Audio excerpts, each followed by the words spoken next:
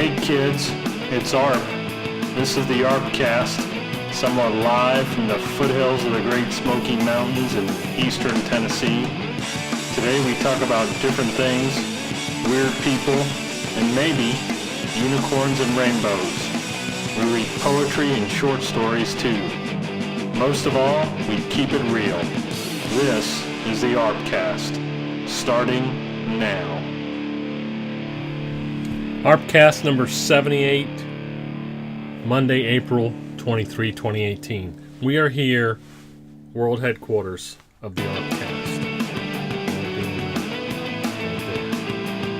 The beginning, the end, the middle, it doesn't matter. It's all just there. We're there. Beginning and middle. You get it? You get it? It's a good start to the week. I'm energized. I'm excited. I am. It's a little chilly outside. I don't know what it is. We just cannot get rid of this cold.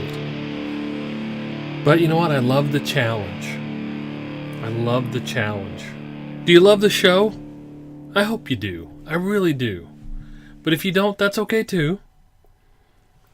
However, if you do, or you just think it's an oddity, look, there's this funny guy, weird hair, wears different clothes, glasses, watch. Tell people. They'll learn something. Maybe they'll learn something. I'm looking at my show notes if you're trying to figure out what I'm looking at, because I'm old. I can't remember all this stuff. Look, one of my favorite books of all time is The Art of the Longview by Peter Schwartz, published in 1991. Okay? So he's a futurist. He's talking about the future, scenarios, that sort of thing. I love it. It's what got me interested in strategic planning long time ago. That's work stuff, and it comes up. But have had an opportunity in the last couple of days, weeks, to have situations come before me where you go, wow, the long view. If we were to just look out, just a tad. Now, I know there are others that are saying, no, I got to live in the now, got to be in the now. Agreed. That's not to say that you shouldn't plan to execute what it is that you want to get accomplished. Right? So, I'm not going to go into the book too much. You can find it, Amazon, whatever. I'm not selling anything here, but look it up. It's great. It's a little technical. Peter Schwartz worked at Royal Dutch Shell.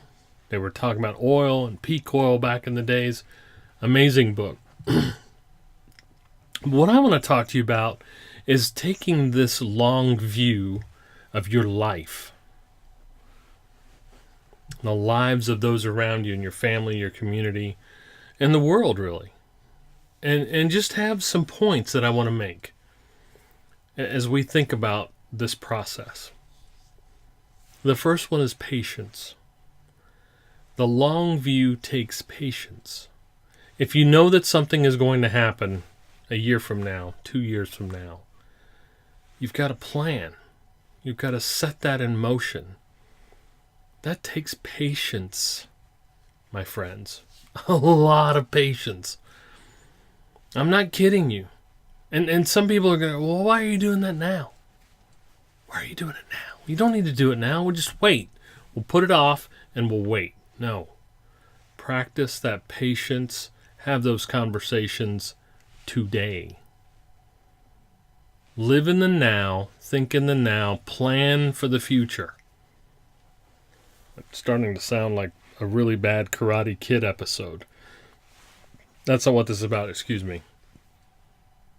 It takes skill as well, right?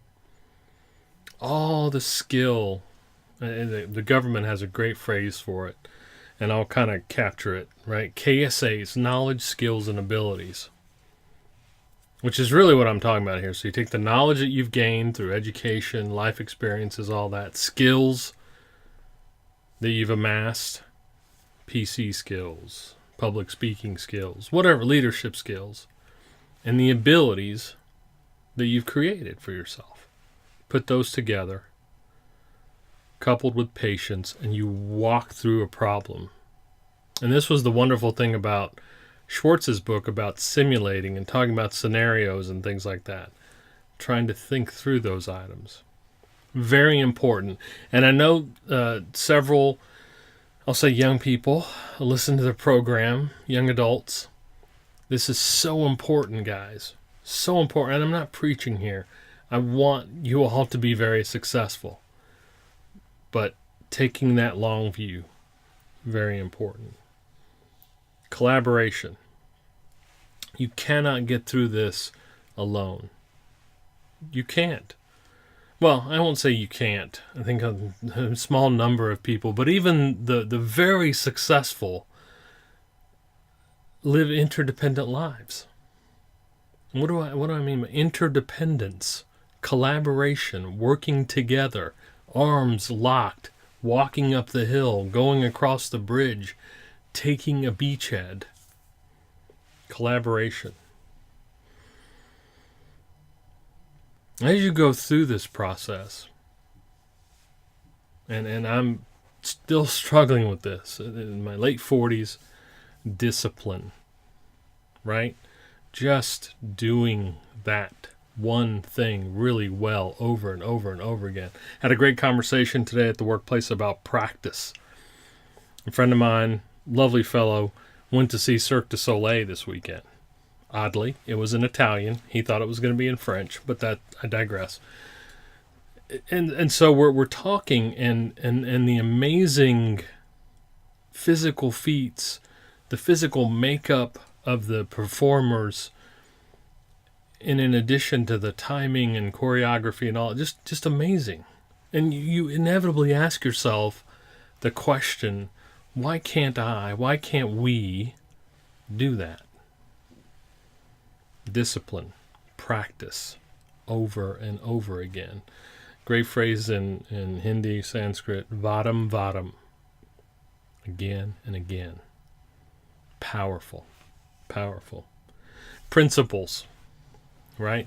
Living by your principles. Whatever those principles are.